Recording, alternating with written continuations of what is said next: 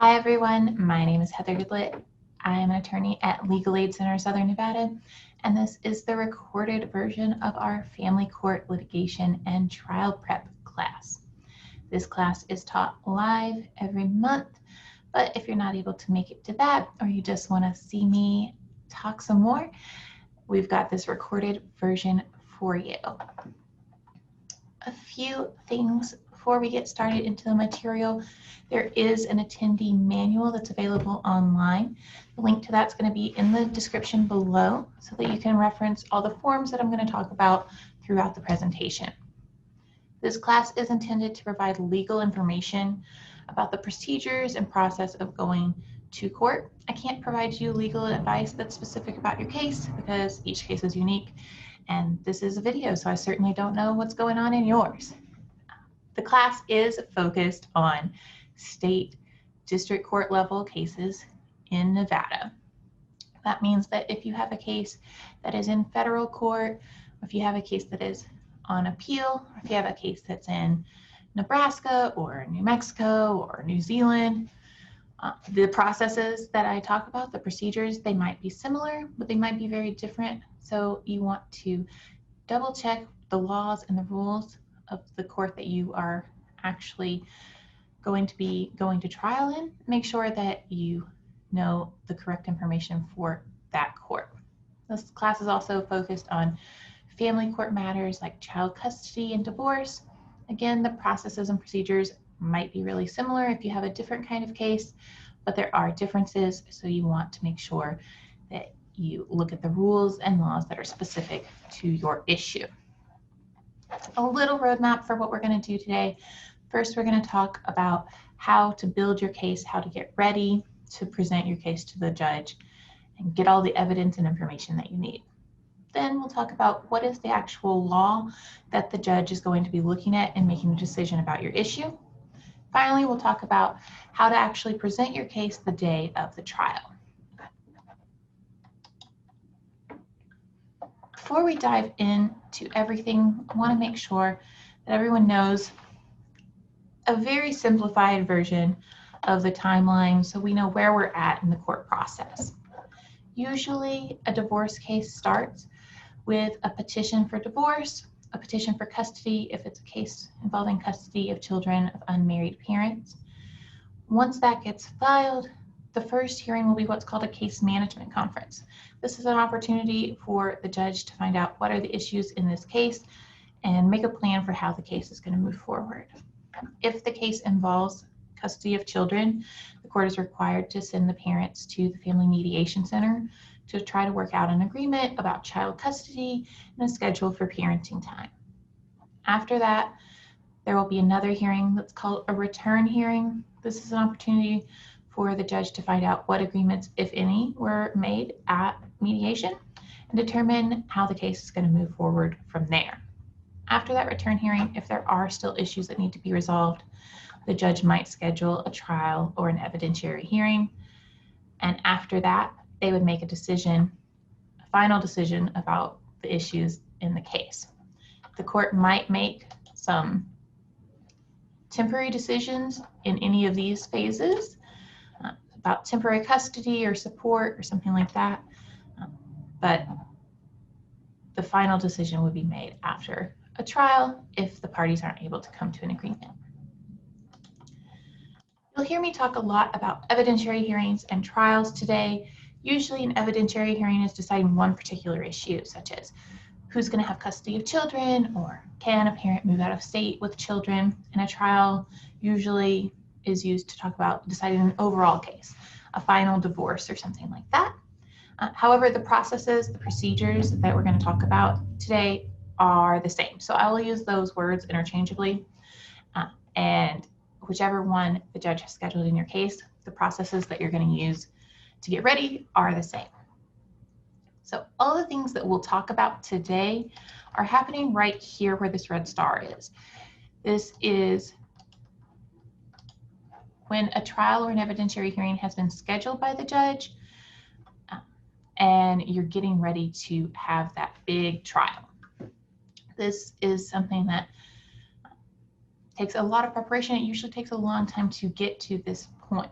So if you're starting back here, you've just filed a petition or you're getting ready to go to your case management conference, a lot of the things that we'll talk about today, they might be good to keep in mind for the future, for thinking about if you will end up going to a trial or an evidentiary hearing, but you don't have to have all these things done before you go to that first hearing.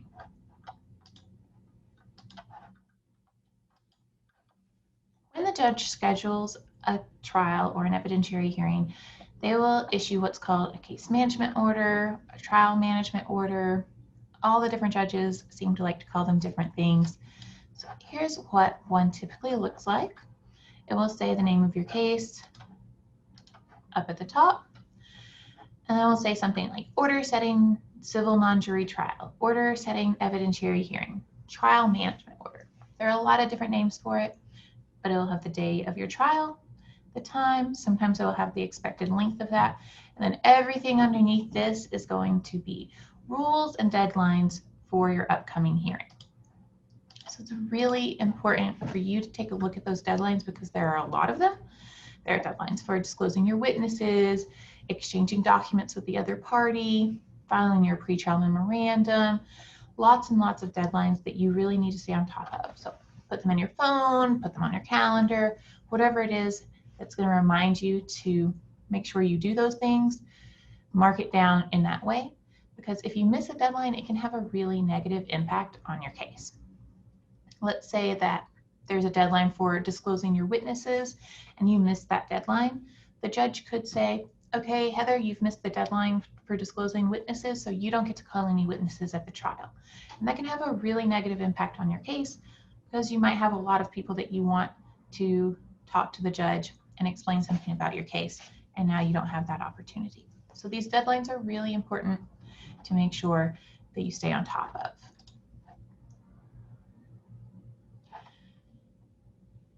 The discovery process is how you're going to build your case and how the other side is going to build their case. It's really important because it allows each side to prepare for their trial, gather the evidence and documents that they might need, explore the strengths and weaknesses of their case, and then also consider what could be a good compromise of the issues after exploring all of those strengths and weaknesses of your respective cases.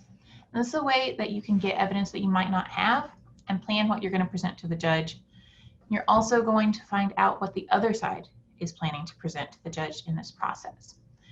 It's as fun as it is on TV when there's a big Matlock moment and a surprise witness who has, come out from hiding to tell the judge exactly the answer.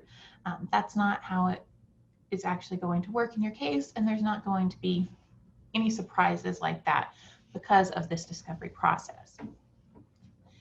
For the most part, discovery is an optional process. We'll talk about a lot of the different tools that you have that you can use in discovery, but for the most part, these are all optional and you can choose to do them or you can choose not to do them. In just a little while, we'll talk about the things that you have to do, that you absolutely have to do. But all of these tools that we'll talk about are something that you can do if you think it will serve your case. So throughout the discovery process, you can get things from the other party in your case, and you can also get things from other people who are not a party to the case.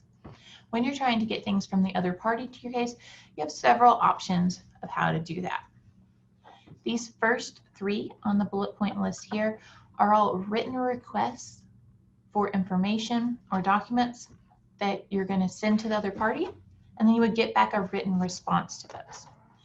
The first tool that we have here is the request for production of documents, and this is going to ask the other party to provide you with copies of documents that they might have. And documents here refers not just to something that's printed out on paper already, it also refers to digital documents. So for example, most of us these days don't get a paper copy of our bank statement in the mail, but we all have access to them online, and we can go on there and download those bank statements. So it includes things like that.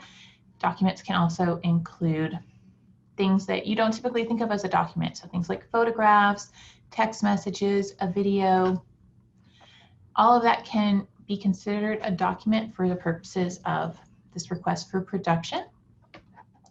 Here is an example of what one looks like.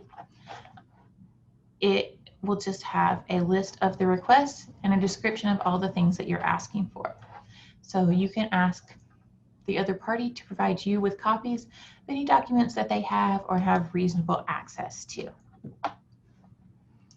With interrogatories, this is another written request that you send to the other party. And an interrogatory is a set of questions that you're asking them to give you a written response under oath to those questions. So interrogatories can be things like, describe your plan for caring for the children while you're at work, or explain your work history for the last 3 years. Here's an example of some interrogatories up on the screen here. So again, it's a written set of questions, and those questions can be detailed, and you're asking for the response to be a written response to these questions. A request for admission is very similar to an interrogatory. Again, it's a written request that you send to the other party, and they are going to send you back a written response. And the difference between a request for admission and an interrogatory is that admissions are just asking them to admit certain things. So whereas an interrogatory could say something like, you know, what is your plan for getting the children to school on days that you have to work? A request for admission might say something like, admit that the children missed 15 days of school last year while they were in your care, or admit that you were arrested for robbery in 2004. So they're much more like yes or no type of questions on the request for admission. The last tool that we have here is a deposition. A deposition is an opportunity for you to ask the other party questions under oath, very similar to having someone testify in court, but the purpose is a little bit different. The judge is not present for a deposition, and it's part of the discovery process. So it's part of building that case and gathering that information to plan for what you want to present to the judge. So if you already know the answers to the questions that you would be asking, you wouldn't need to do a deposition because you already have that information and the judge isn't going to be there to hear it. A deposition, they can take place in person, or now a lot of people are doing them over video because of COVID. And at that deposition, there will be you, the person who's asked for the deposition, the other party that you are asking questions to, their attorney if they have one. There will also be a court reporter who's going to type up a transcript of everything that is said. And depositions can be pretty expensive because you have to pay that court reporter to do that transcript, and it can be pretty pricey. So I always encourage people to focus on these written ones because they're a lot more accessible and affordable than the deposition, but the deposition is an option for you if you want to pursue that. If you want to get things from other people who are not a party to your case, you have a more limited set of options. There are basically 2 ways to get information from other people through the discovery process. And both of them involve what's called a subpoena. There are 2 types of subpoenas. One is to ask someone to give you copies of documents. The other is to ask someone to appear as a witness at your trial or your hearing. The form is available at the Self-Help Center, and I'll show you the 2 different options. So you can see on this top option, you can mark that you want the person to come and give testimony at the hearing. And when you're filling this form out, you would just fill in the day and time of your hearing, the location, so that they know where to show up. This bottom option is if you're requesting documents or things that that third party has. And with this, you would mark that box, and then you would provide under here a list of all of the documents that you want a copy of. So you could use this if you wanted to get records from someone. Let's say that you are getting divorced and your soon-to-be ex has a retirement fund, and you could send that subpoena to Mutual of America and say, please provide me all of the records from the retirement fund for my soon-to-be ex from this date to this date, and ask them to send you those documents. If you are requesting documents, after you fill out the subpoena, I'll back up a little bit here. After you fill out the subpoena, whether you want it to be for documents or for witnesses, you're going to fill it out, tell them what you're asking for, whether it's to show up at the hearing or to give you copies of documents. You'll bring it to the court clerk and have them issue it. This is so the clerk is going to confirm this is part of a valid court case, and everyone knows that it is official from the court. If you're requesting documents, you'll have to send a copy of that subpoena and a form called a notice of intent to serve subpoena to the other party 7 days before you serve that subpoena. So here's what the notice looks like. It's basically just letting the other party know, heads up, I'm asking this person for documents. I'm asking them for these specific documents. It gives them the opportunity to object to that, file a motion to stop you from getting those documents. So you have to provide them that notice and a copy of that subpoena 7 days before you do anything else. If they don't object to that, then you can have that subpoena asking for documents personally served on whoever you're asking for documents to. So going back to the example of a retirement fund, you would send that form to your ex or soon-to-be ex saying, heads up, I'm going to ask Mutual of America for these records from your retirement fund. They would have the opportunity to file a motion objecting to that. If they don't, then you have that subpoena personally served on whoever at Mutual of America it's supposed to go to. You want to be really careful, reasonable when you're asking for these documents, because you are going to get charged for copies of the documents. So let's say I'm asking for all the records from Mutual of America for the whole time I've been married, and that could be a lot of pages, especially with financial records. They can get really thick. So that could cost a lot. Now, if I need to know only the most recent amount, what's the current balance in there, I could just ask for the most recent statement, and then it's only going to be a few pages. It's going to save me a lot of money in having to pay for all of those copies. If you want someone to appear at the hearing and just be a witness, you don't need any documents from them, you just want them to testify, you can do the subpoena to have them testify. You don't need to do the notice of intent to serve subpoena for someone you're just asking to be a witness. We'll talk in a little bit about doing your witness list. The witness list is already telling the other party, giving them the notice that this person might be a witness, so you don't have to send them a separate notice that you're going to subpoena that person. A lot of people ask, if I have someone who's going to be a witness, do I have to subpoena them or can they just show up? The answer is that they can just show up. So if you have someone you know is going to show up for you, you've got your bestie, they're definitely going to come and testify for you at the trial. You don't have to do a subpoena for them. But if you have someone that you're not sure they're going to appear, maybe it's your former mother-in-law or someone who's acting as part of their job, it's a police officer, it's a doctor or something like that, they're probably going to need a subpoena to show up because they're not just going to show up for you. Another option is, or another reason that you might want to do a subpoena is that oftentimes, even though you know your bestie is going to show up for you, then they would have this official court form that they could show to their boss and say, oh, I'm not just, not coming to work for fun. I actually have this official document from the court that says I have to be there. So you might still want to do that subpoena for someone that you know is going to show up for you if they need that to show why they didn't come into work or something like that. When you are doing a subpoena for a witness, keep in mind that you do have to provide them with a witness fee and with mileage.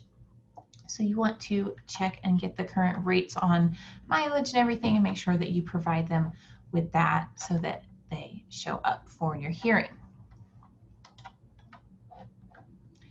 Just like you can use all of these tools to get stuff from the other party, they can do the same and send requests for production of documents, they can send interrogatories to you, they can ask for all of these things from you. And you are required to respond to those. Usually you have 30 days to submit your response. If you don't respond to that request, then the other side can file a motion to go back to court, ask the judge to force you to respond. If they have an attorney who files that motion for them, you might be ordered to pay their attorney's fees for the cost of bringing you back to court to force you to respond. If you still didn't respond after that, then the judge could say, okay, I'm going to hold it against you in your trial. Let's say you were given a request for admissions and you didn't answer it. The other party went back to court and the judge said, you've got to answer this request for admissions. If you still didn't answer it, then the judge could say, okay, I'm going to just deem all of those things admitted and act like you admitted all of those things for the purposes of your trial. That could be really hurtful to your case because they might put a lot of stuff in that request for admissions that isn't true or that is harmful to your case. So you really want to respond and make sure that you don't get sanctioned in that way. Likewise, if the other side doesn't respond to your discovery request, you can file a motion to compel those responses from them, asking the judge to force them to provide you with documents or respond to your other discovery requests.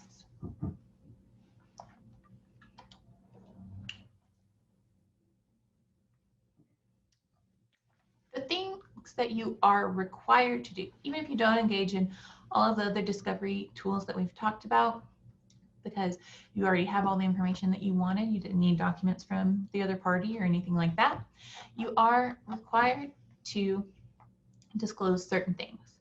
You're required to disclose your list of witnesses. Usually this is due about 45 days before your trial, but your judge might set different deadlines. Sometimes they want the witness list super early. Sometimes they want it just a little bit before the trial. It's really up to your judge on that deadline. And this list of witnesses is going to be all the people that you plan to call to the stand to testify in your favor at the hearing. And a little short summary, just 1 or 2 sentences about what they're going to testify about. When you're filling out your witness list, because sometimes it is due well in advance of your trial, there's a possibility that you might not be 100% sure who you want to call. If that is your situation, if you have someone in mind and you think, oh, I might want them to be a witness, but I'm not totally sure, I might have someone else that could cover the same things that they're going to talk about, you can go ahead and put them on that list. You are not required to call everyone that is on your witness list, but you can't call someone who's not on the witness list. So I would say err on the side of putting someone on the list if you're not 100% sure. As long as you're being reasonable, you're not going to list every person that you've ever met on there as a possible witness. But if you're thinking, I'm not sure, do I want my mom and my sister on the list, or do I just need my mom? You can go ahead and put your mom and your sister just in case that you decide that you need both of them, or that you realize something, your sister knows something that your mom doesn't and could testify about that. So it's better to put somebody extra on there and not need them than to realize, oh, I didn't put my sister on the list and now I really need her to testify. The other thing that you have to disclose is a list of your exhibits. This is going to be all of the documents, all of the photos, all of anything that you want the judge to look at during your trial to support your case is going to be on your list of exhibits. You have to disclose that to the other party, and you have to give them a copy of all of those exhibits. You're not going to file the exhibits yet into the file with the court, just because I think that is just too much for all their computers to have everybody's possible exhibits. But you have to give a copy to the other side. If you don't give a copy to the other side, you're not going to get to use that exhibit at the trial. When you're providing your exhibits, right now, a lot of the judges are doing things differently because of COVID. Many of them are sticking with just fully digital exhibits. They want everything to be sent to them digitally and shared with everyone digitally. But some of them might still want paper copies, especially right now. The court's kind of in a transition phase where some people are going back to the the way things were before COVID. Some of them are sticking with doing everything over video and digitally. Some of them are kind of mix and matching.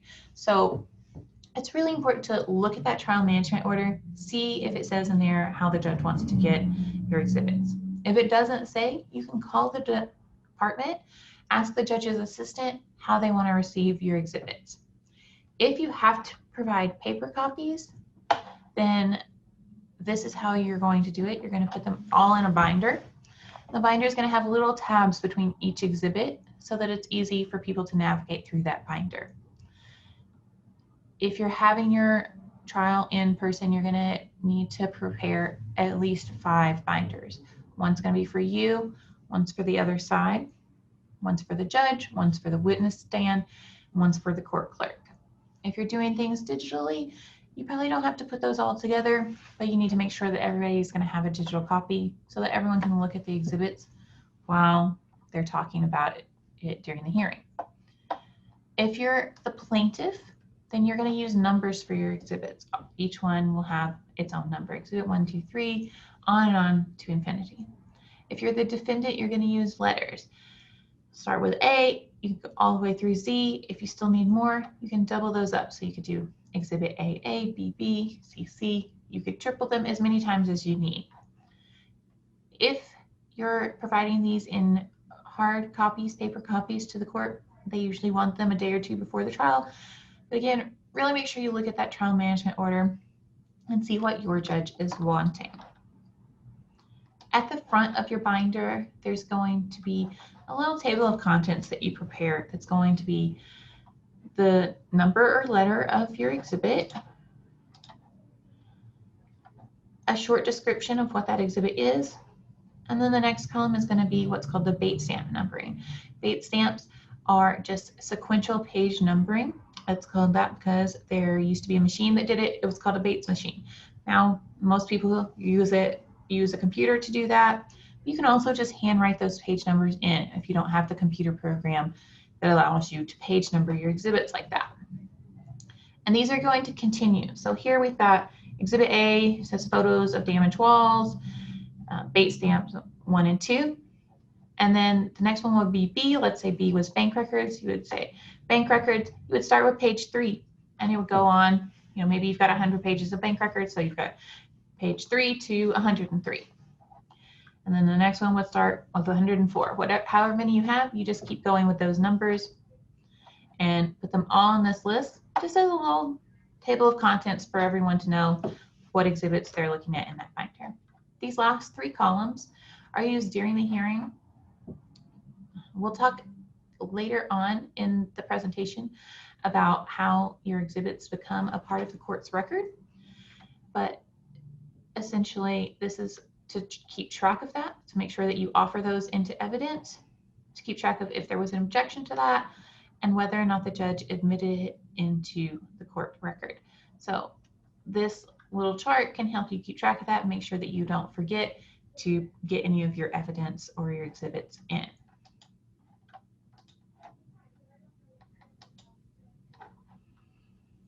Usually about a week before your trial, you're going to need to file what's called a pretrial memorandum and a financial disclosure form. The pretrial memo is a roadmap for the judge that says, here are the issues that are in this case. Here are the issues that we've resolved, if there's been any kind of issues that have been resolved. Here are the issues that are left for the judge to decide. And here's where I stand on those issues. So this really lays everything out so the judge knows coming into the hearing what they're going to hear about, what they're going to be expected to make a decision on. It's really important to get that to the judge so that they have a really clear picture going in of what's going to happen at the trial. Your financial disclosure form, most people file one of these really early on in the case, but even if you've already filed one, the judges usually want you to file a new one for the trial, especially if they're deciding any financial issues, because they want to make sure they have the most up-to-date financial info. So this is what the form looks like. At the beginning of the form, it has all the information about your job, how long you've worked there, or not how long you've worked there, when you work, what your schedule is, and then the pages after this will have information about your income, your expenses, everything like that. So the judges really have a full picture of your financial circumstances so that they can make an informed decision. In getting ready for your hearing, it's really important to know what the judges are going to be looking for so that you can focus on presenting your case in a way that really speaks to those factors. So in the process of doing all of this preparation, you want to know what the law is so that you know what things are going to be relevant, what things are going to be meaningful to the judges, and what things are going to really help your case, and what things you might want to be able to explain so they don't hurt your case.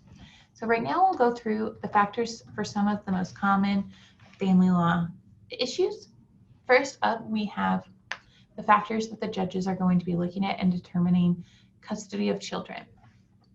These factors also, sometimes you might hear people call them the best interest factors, because these are all things that the judge is supposed to consider in deciding what is in the best interest of the children. So first up, we have the wishes of the child if the child is of sufficient age and capacity. There's no set age or set grade level or anything where the judges are required to defer or give a certain amount of weight to the wishes of the children. But generally speaking, the older a child is, the more likely the court is going to give weight to their wishes. Any nomination by a parent, this one usually only comes up when there is a non-parent who's seeking custody, or two non-parents who are seeking custody if the parents are not available to care for the children. These next three I always think of in a block that I call the get along factors. So these are: which parent is likely to allow the child to have frequent associations with a non-custodial parent, the level of conflict between the parties, and the ability of parents to cooperate to meet the child's needs. The court loves to see people who encourage the relationship between their children and the other parent. They love to see people who say, okay, things didn't work out between the two of us for whatever reason, but we're going to set that aside and work together to take care of our children and do what's best for them, regardless of, the fact that you cheated on me or whatever led to the end of the relationship between the parents. So these are things they love to see, people who are able to get along. The next two, we've got mental and physical health of the parents, as well as physical, developmental, and emotional needs of the child.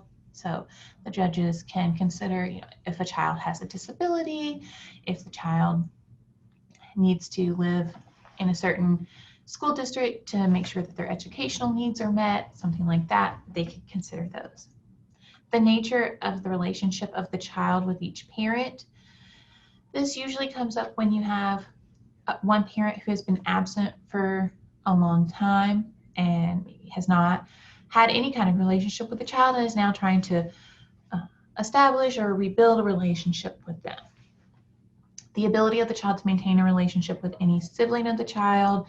The judges really want to support and encourage relationships between siblings. So a lot of times if there are siblings, the judges will try to match the schedule. If that child has a schedule with their other parent, to try and match that so that the siblings are able to spend time together. These last three I think of as another block that I call the big bad factors. These are any history of parental abuse or neglect of the child or a sibling, whether a parent's committed an act of domestic violence against the child, parent of the child, or a person residing with the child, and whether the parents committed an act of abduction against a child or a sibling.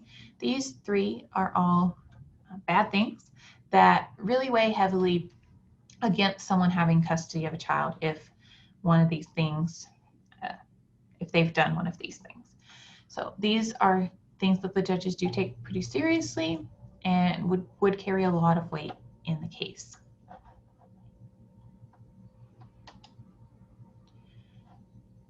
Next up, we've got the relocation factors that the judges are going to look at.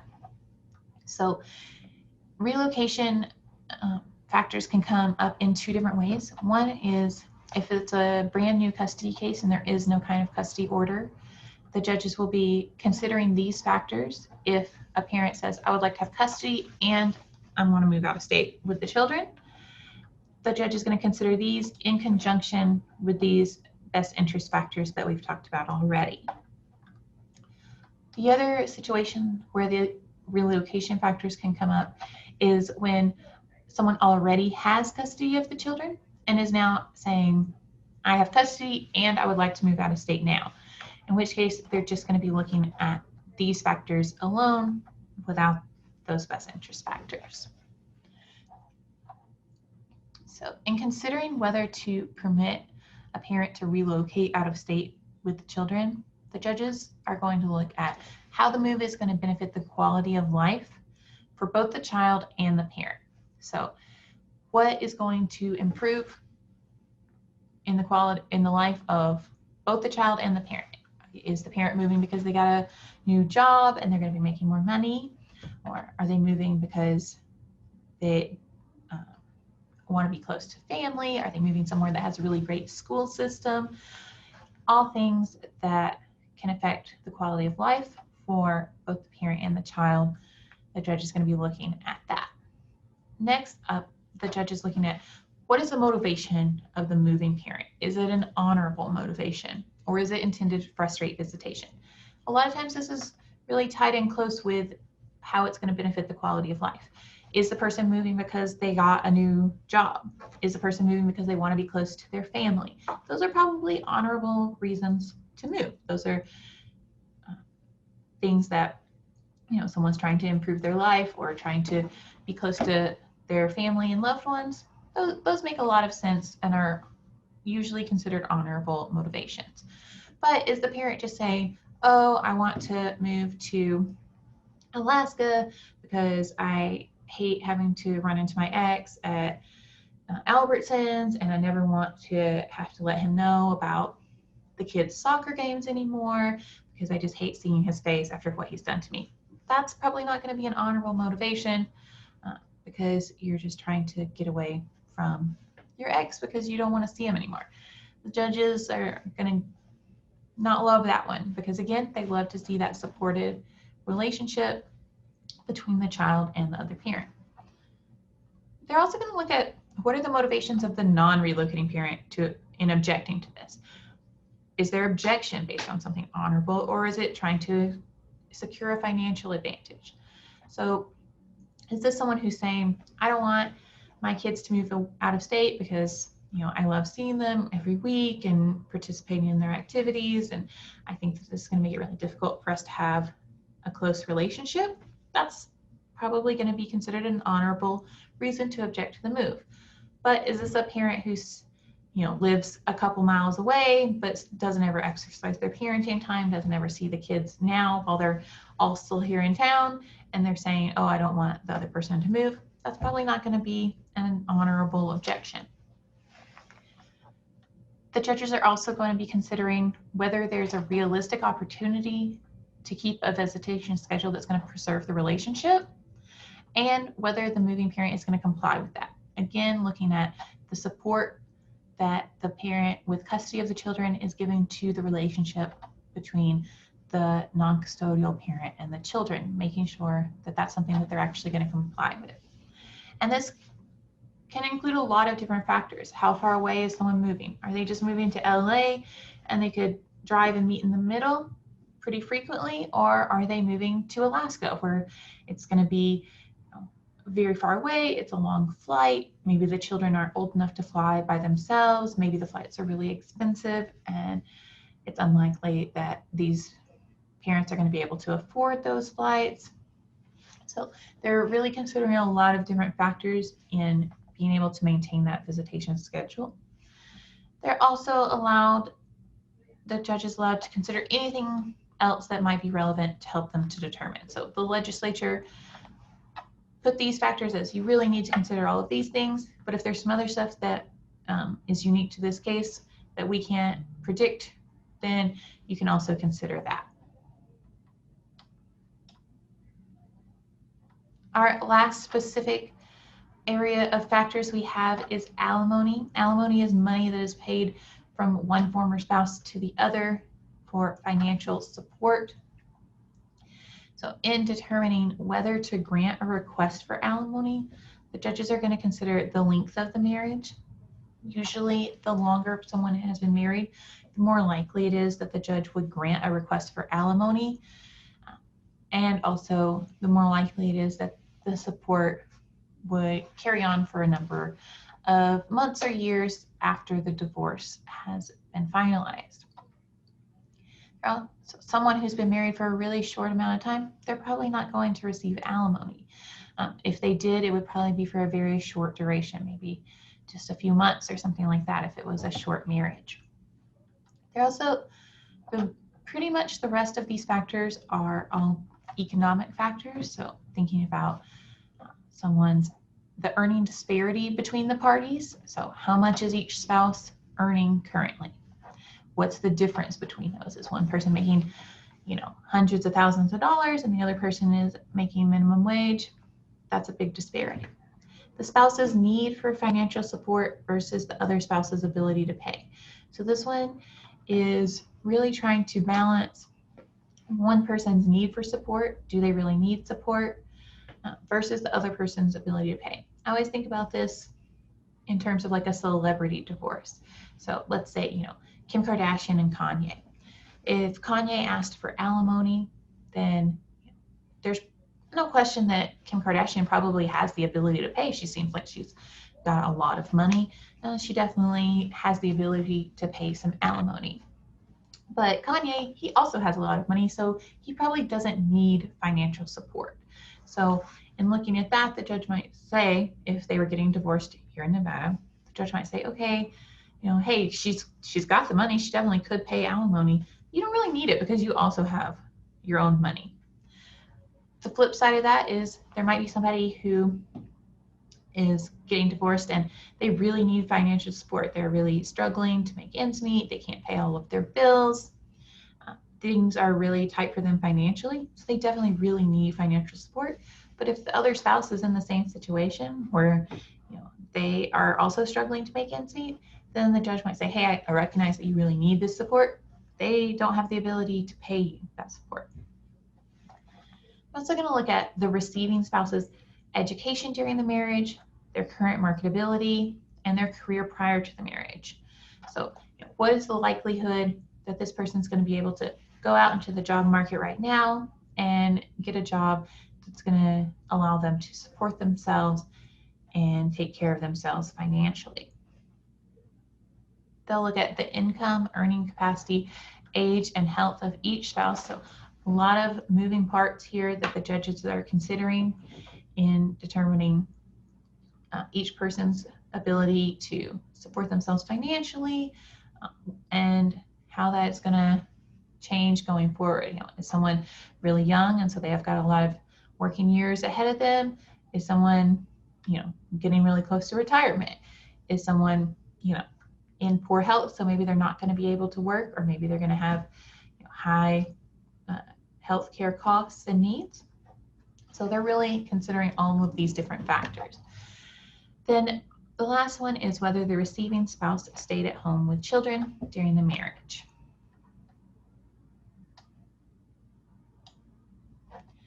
Leading up to your hearing, if there are any issues of custody, if there are minor children as a part of the case, then both parties have to go to the seminar for separating parents, also called the COPE class. This is a required class for separating parents, even if the custody issues have been agreed upon. Both parents still have to go to this class, and you have to use a court-approved provider. You can find the current list on the Self-Help Center's website. If you go onto the Self-Help Center website, you click on classes, and you can click on Seminar for Separating Parents. You can pull up the current list of court-approved classes. And it's so important to check that list, because if you just Google it, you can Google COPE class, Las Vegas, or Seminar for Separating Parents, Nevada. If you Google that, every time I've ever done it, the very top result says court approved, and it's not one of the ones on the list. So really important to just double check that list. Make sure that you're taking one that is going to be accepted by the court so that you don't have to take another one. Some of the judges might schedule a hearing a couple of weeks before your trial called a calendar call. This is an opportunity for the judge to find out just a status check on what's going on. Is there any chance that the parties are going to settle before the trial? Are there some issues that have been settled and now the trial just needs to be limited to, a couple things that are left? How much time is going to be needed for the trial? And are the parties ready? So, is everyone ready, or are people thinking, oh, we might be able to work some of this out if we had a little bit more time, or I'm still getting these documents that we need to exchange, something like that. So this is really just a check-in for the judge to know, are we going to go ahead with this trial soon or not? Some of the judges do what's called stacking their trials. This means that they'll schedule 2 or 3 trials for the same day and time. They do this because more than half of the trials that get scheduled end up not happening because the parties come to an agreement. So the judges schedule multiple at the same time with the expectation that some of those are not going to need to go forward. That way they don't have days of their calendar where they're just sitting in court but nobody needed to have their trial, and they're able to keep things moving a little bit more efficiently. So you might hear the judge or the court clerk say that your hearing is stack 2 or stack 3. That means that there are people who are ahead of you. So one thing that means is that if the hearing that is ahead of you needs to go forward to a whole trial, your trial might get moved to a later time. It might even get moved to another day. However, like I said, more than half of the trials reach an agreement and don't go forward. So there's very good odds that even if you're stack 2 or stack 3, that your trial is going to go forward that day. So you need to show up and be prepared for that to happen. We've gone through all the things about getting ready for your trial, and now it's finally arrived, the day of your trial. You're getting ready to go to your hearing. A few just general tips before we get into the real meat and potatoes of going into the court process. When you have your trial, you want to make sure if you're there in person that you show up early. If you've been to the courthouses before, you know that parking can be an issue. Sometimes you have to walk quite a ways. Then you have to go through the court security. Depending on which courthouse you're at, you might have a really long line to go up the elevator. So it can take more time than you really want it to go from parking the car to actually getting to the courtroom. Make sure you give yourself that buffer of time. If you're going to be doing your hearing by video on the court system, it's called Blue Jeans. Try to find a quiet place, a private place that you can do that hearing. Make sure you mute yourself when you're not talking so that you don't get a lot of feedback. If you want, the Blue Jeans system does have a few of those little virtual backgrounds, so you can make it look like you're in an office or something. That way, if the only quiet place you have is your bathroom and you're hiding out in the bathroom, the judge isn't going to see that you're sitting by the shower or something like that. Make sure that you have all of your documents. Bring your binders if you're there in person. Bring all of your notes that you have for yourself. If you're at home or doing it virtually, make sure that you have everything organized and ready so that you can find it. You can also have, you've written out questions for your witnesses. Make sure you have all of that stuff with you. Make sure that your witnesses are there or that they're available if it's going to be done over video. Make sure that you dress nicely. You don't have to wear a suit or anything like that, but dress like you're going to a job interview or something else where you want to impress someone. When you're in the courtroom, it's really important to make sure that you're being courteous, you're being polite. Remember that the judges like to see parties who are able to act civilly with one another. Follow the directions of the courtroom marshal if you're there in person. They might be telling you where to sit or where to put your things or something like that. So make sure you follow their directions. Remember that when you're presenting your case, that you don't need to convince the other side. If you could convince the other party that you're right about what should happen, you wouldn't be here having a trial. The only person that you need to convince is the judge. So focus on talking to the judge, not talking to the other side, not getting into arguments or squabbles with them. Make sure to review the rules and the laws before you get in there. So there are the Nevada Rules of Civil Procedure, NRCP 16.2 and 16.205 are specifically about divorces and custody cases. So you can look those over. You can just Google this and they will come right up. There's also the 8th Judicial Court Rules, Rule Section 5. That is the one that is specifically about any family court rules. And then there's the Nevada Revised Statutes that shows you the actual laws. So when we were talking about those factors earlier, those came from the Nevada Revised Statutes. There are different chapters for different issues. So there's a chapter for divorce, for custody, for paternity. We have those listed out here for you. But if you have another issue that's not one of those three, you can type in Nevada Revised Statutes, whatever the issue is, on Google, and the laws about that should come up. So let's say you had a guardianship case, you type in Nevada Revised Statutes, guardianship, chapter 159 and 159A. Those are the guardianship laws. They're going to come up so that you can look at those. At the beginning of your hearing, there's going to be the opportunity for opening statements. This is something you've probably seen if you've ever watched a Law and Order or a JAG, any kind of court television show. You've probably seen an opening statement. The moving party is going to go first. Generally, if it's a brand new case, the moving party is the plaintiff, the one who started the case. If it's a case where someone's asking to change something or modify custody, something like that, whoever has requested that change would be the moving party, and they would be the one who goes first. Your opening statement is another chance for you to give the judge a roadmap for what's going to happen. You're going to tell the judge what are the main issues in the case, what are the facts of the case, and what they can expect to see from the trial that day. This is a prepared statement, so you want to practice it. Write it out, read it through a few times so you're comfortable either reciting it from memory, reading it aloud for the court. Maybe you want to do some bullet points so you really make sure that you hit, 3 main things that you definitely want the judge to hear. This is something to really prepare and focus on getting ready for. Most people do not excel at going off the cuff on an opening statement. So write it out, practice it, have a friend listen to it, something like that, so that you feel comfortable when you get in there. After the opening statements, there will be the opportunity to have witnesses testify. Again, the moving party is going to go first in this and call their witnesses. The way that the witness testimony and questioning goes is that the moving party, or whoever's calling the witness, is going to do what's called a direct examination. This is an opportunity for you to ask open-ended questions that help tell the story to the judge. After all of those questions, the other party will get a chance to do what's called a cross-examination. They get to ask the witness questions. Usually they're limited to the subjects that came up in the direct exam.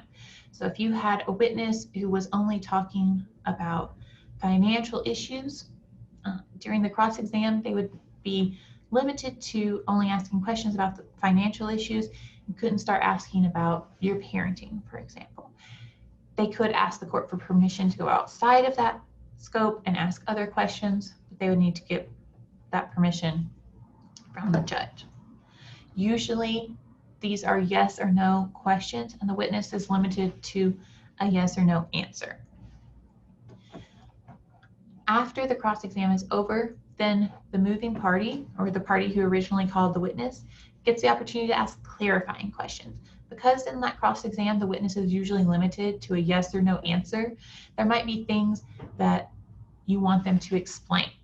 That maybe they had to say yes to a question that was asked, but you want them to give an explanation of the circumstances that surrounded that. So you can ask them clarifying questions, give them the opportunity to explain that further. You are also a witness in your case. You're probably the best source of information to support your case in a family law case, so don't think that you need to go out and find a third party who could testify about something that you know best. So you might be your first witness, you might be your only witness, and that's okay. When you're testifying on your own behalf as a witness, You don't need to go through the process of asking yourself questions. That would be pretty weird and just take up a lot more time than needed, I think. Instead, you're just going to tell the judge your side of the story and your thoughts about the issues. It's best to kind of group things together so you can focus on a certain issue, tell the judge everything that you have to say about that before moving on to something else. So you might say, okay, Your Honor, first I want to talk about our children's schooling. You could talk all about whatever you have to say about the kids going to school. Then you might say, okay, now I want to talk about the issues that we've had with the children's health care, and then you could talk about that. After you finish testifying, then the other side would still have that opportunity to cross-examination, ask you questions, and you would get that redirect opportunity to clarify any of the answers that you had there.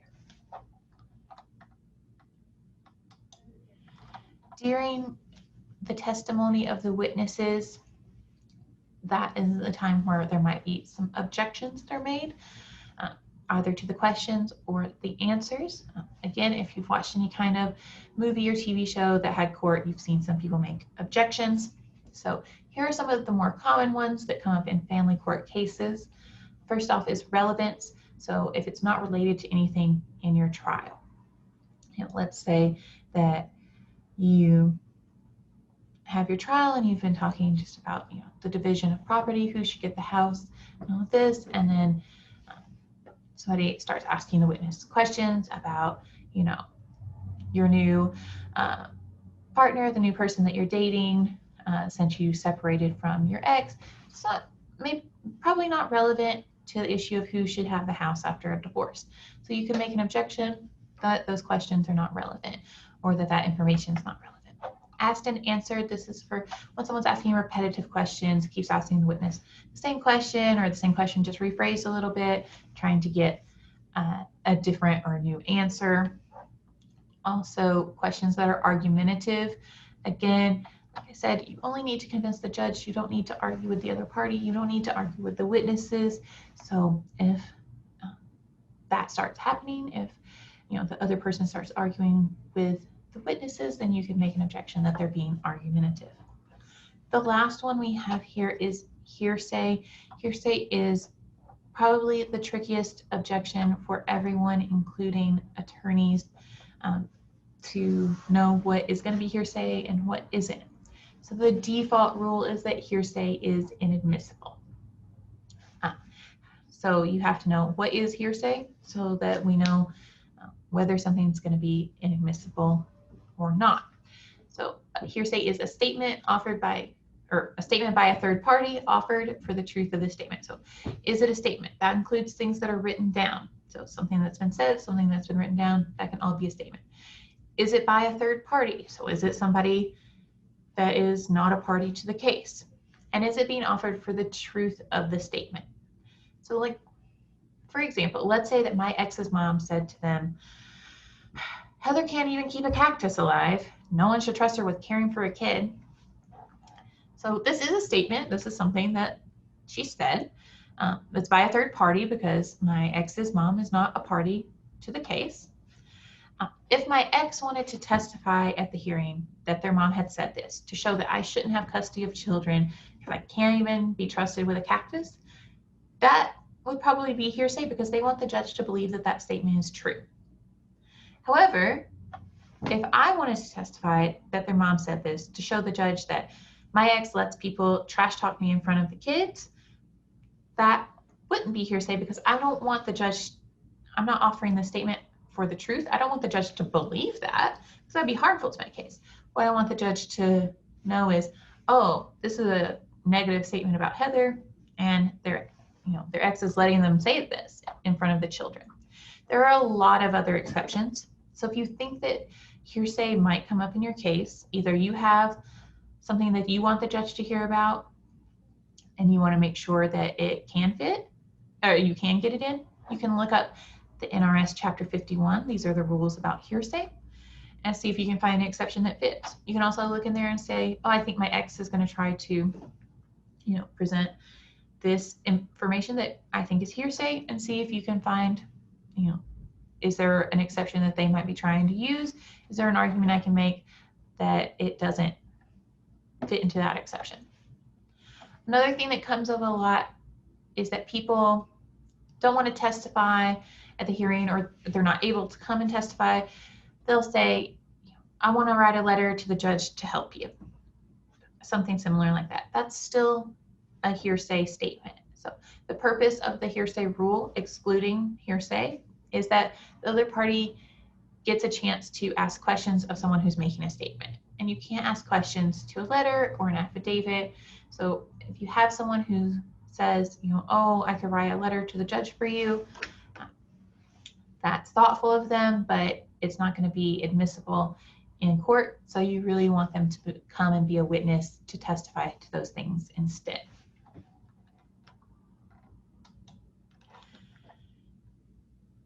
While your witnesses are testifying, you can use your witnesses to get your documents admitted, get your exhibits that you put all together admitted into the court record, because your exhibits are not part of the court record unless they're properly admitted. That means that the judge is not going to consider your exhibits in making their decision unless those exhibits get properly admitted into the court record. So you can use your witnesses to do this. You'll have your witnesses look at an exhibit. So you might say to the witness, could you look at exhibit 3, page 15? They'll turn to the page of that, or they'll look at it digitally if you're using digital exhibits. And you might say to them, do you know what this document is? They might say, oh yes, this is, records from Bank of America. This is a photo of your house, whatever it is that that you're having them look at. And then you want to show the judge that this is an authentic document and that they know enough about this to know what this document is and that it's real. So you might say to them, oh, how do you know that's a picture of my house? They could say, oh, I come over every Sunday for dinner, and I've seen your house, 100 times. This is exactly what it looks like every time I come over. Or I took this photograph. Whatever it is that they know, how they know this information is authentic, then you want to have them explain that to the judge. Once you've done that, you will say to the judge, Your Honor, I would like to admit Exhibit 3 into evidence. The judge will give the other side an opportunity to object to that. And then the judge will make a decision about whether to admit that into the court record. You can do this yourself if you are the best witness to do this. You can also do this yourself. Same thing, just instead of asking the questions, you'll just make those statements yourself. And then always, always, always, you're going to say, Your Honor, I would like to admit Exhibit B into evidence to make sure that it's actually part of the court's record. You could talk about it for 30 minutes during the hearing, but if you never actually get it admitted into evidence, then it's not going to be a part of the court's record. If you subpoenaed documents, like let's say you subpoenaed something from Bank of America and you got all of these statements, there's a form that's with that subpoena called a custodian of record affidavit for the person who gets those records together to fill out, showing that they're authentic. This lets the court admit those documents without you needing to call a witness to show that this is an authentic document.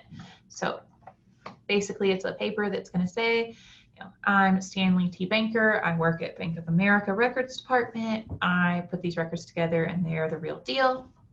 So that you don't have to have Stanley T. Banker from the bank come and be a witness to say that same thing and spend, time and money, part of your trial time, to say that when he doesn't know anything about the actual records. He just printed them off from Bank of America. So make sure that you get those filled out if you're getting records from anyone. After you've done all of your witnesses, you've got all your exhibits admitted into the court record, then there will be time for the closing argument. This is your opportunity to really wrap everything up into a little bow and show the judge that how the testimony, how the evidence, how all the exhibits that were admitted support your position in the case, point out problems with the other side's case, and tell the judge, here is everything that you've seen today.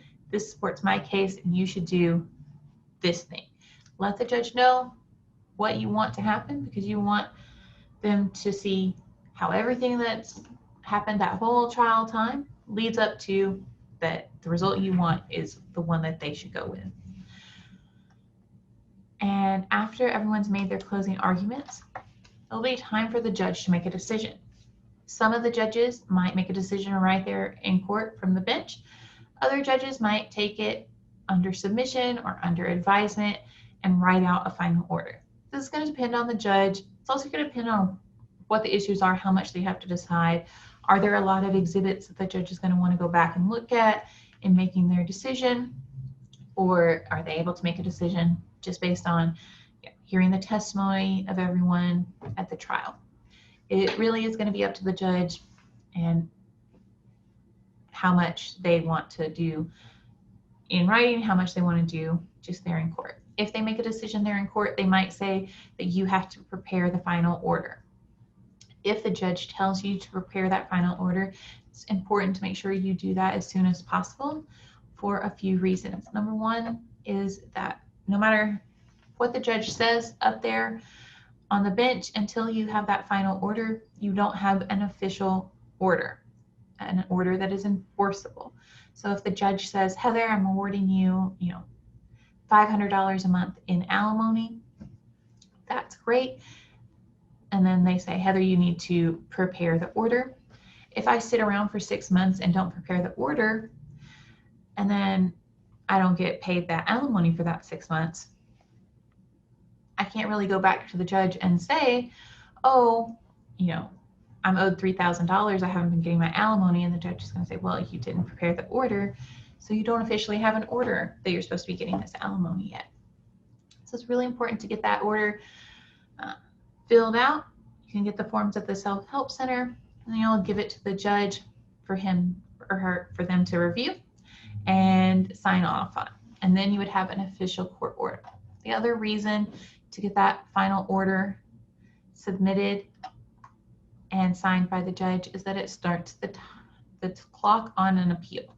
So you can file an appeal. Anyone can file an appeal from their order if they think that the judge made a legal error. You have 30 days from the time that final order is signed by the judge to file your appeal. So if you're the one who needs to prepare that order, you want to get it in to start that clock on the deadline for an appeal. So first off, what is an appeal? Appeal is asking a higher court, in this case, it would be the Nevada Supreme Court or the Nevada Court of Appeals, to review what happened in your trial and determine whether or not the judge made a legal error. So obviously, if you're really happy with what happened, you're not going to file an appeal. If you are unhappy with what happened, you still really want to consider what errors you think happened to decide whether an appeal is worthwhile. If this is a situation where you think, oh, the judge did not apply all of those child custody factors that we talked about. The judge didn't apply those factors and ignored the fact that the other party had committed an act of domestic violence. Okay, that is possibly a good reason to appeal, because the judges really should be applying all of those factors and making a determination of whether they apply in a certain case. So that might be an issue that you would want to look into doing an appeal on. If you asked for your parenting time to start at 3 o'clock on Friday because that's when your kid gets out of school, and the judge said, I'm going to have your parenting time start at 5 o'clock on Friday because that's when you get off of work, that's probably not an issue that you're going to want to appeal, because that's a much more discretionary issue, not really a legal mistake, just a difference of opinion of what the time should be. Appeals are very costly. They cost a lot of money to pursue an appeal. They also take a lot of time. It's not unusual at all for an appeal to take over a year before there's any resolution of that appeal. So it's important to consider all of that in deciding whether you want to pursue an appeal. If you go through your trial, you end up with a result that you're not happy with, and you're thinking about an appeal, I really encourage you to talk to an attorney who focuses their practice on appeals work, because appeals are very complicated. They're very different than getting ready for a trial in the district court. They have their completely own set of rules and everything. I've been an attorney for almost 10 years now. If I have a case that I'm not happy with the outcome on and think maybe there should be an appeal, I still take it to other attorneys to say, what do you think about this? Do you think this is a good case for an appeal? Do you think that there's a good chance that would be successful in appeal? So you really want to look into that with an attorney and talk to someone who really understands the appeals process to make sure you are making an informed decision before you invest a lot of time and money into an appeal. Hopefully by now you have a much better sense of all of the processes that you're going to go through in getting ready for a trial or an evidentiary hearing and feel more confident. But if you still have some questions, we have a lot of options for you to get those answers. So every Thursday, we have the Family Law Ask a Lawyer program with some of our amazing volunteer attorneys who can answer questions about your case. You can sign up for that online at the Legal Aid website. Just click on Ask a Lawyer on the homepage, and you can sign up for one of those sessions. We also have lots of other legal aid classes. Right now, I think there are about 10 other classes, including ones about divorce and specifically about custody. You can see the calendar for those and sign up on the website. And you can also sign up for the live version of this class that's taught once a month, usually on the last Wednesday. At the live version of the class, we'll go through all of this information and there will be plenty of time to ask questions at the end. Finally, we also have the Family Law Self-Help Center, open Monday through Friday, 8 to 4. It's inside the family court. They have all of the forms that you might need. They can answer some of your questions about the procedure and getting those forms filed. And then you can fill them out right then and take them over to the clerk's office and file them because you're at the family court. They also have all of those forms online on the website. Thank you all so much for watching this video. I hope that it was helpful for you today. Don't forget to like it, subscribe to our YouTube to make sure that you can see all of our videos about all the different legal issues that come up, and have a great day.